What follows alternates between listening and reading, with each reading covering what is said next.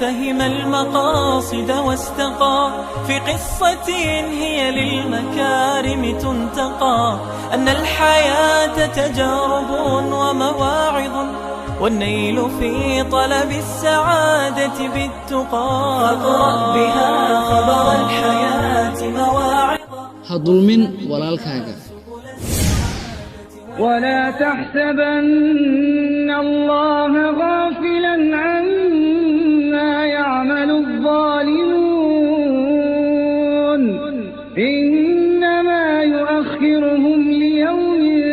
تشخص فيه الأبصار. هأملين إن الله المنسيهي وحا أي فلد من فلياشو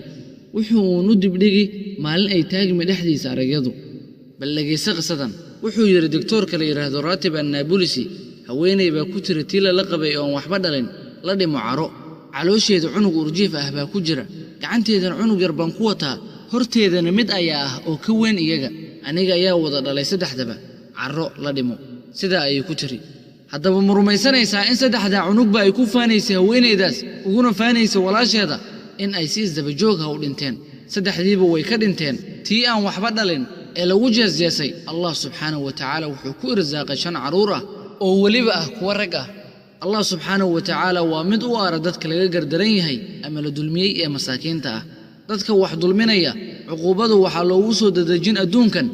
ama dib baa loogu dhigi oo aakhira laga aari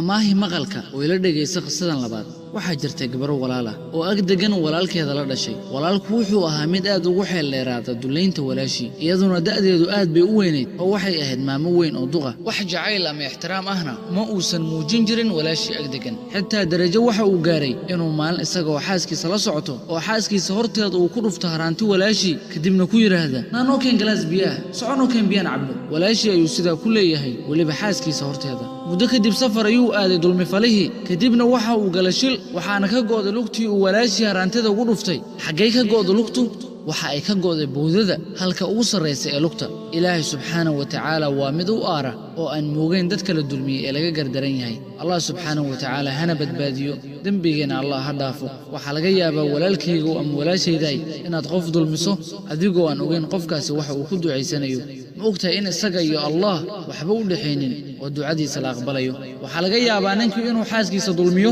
xaaskuna ninkeeda dulmiso walaalku walaashii dulmiyo walaashuna walaalkeeda dulmiso lamaanuhu lamaantiisa dulmiyo jaarka ama dariskuna dariskiisa kala dulmiyo Allah subhanahu wa ta'ala uu arkaa waa uu jeedaa Allah wuxuu ku arkaa ka hor intaadan wax dulminin intaadan shay qof kale leeyahay qaadan buu ku arkaa Allah subhanahu wa ta'ala uu jeedaa qofka bariga ah iyo kan dulmilowga ah haddaba aan Allah ka cabsano oo aan ka digtoonaana dulmiga intaas ay ku kooban tahay waanadeeni ahayd dulmin walaalkaaga wassalaamu alaykum wa rahmatullahi wa barakatuh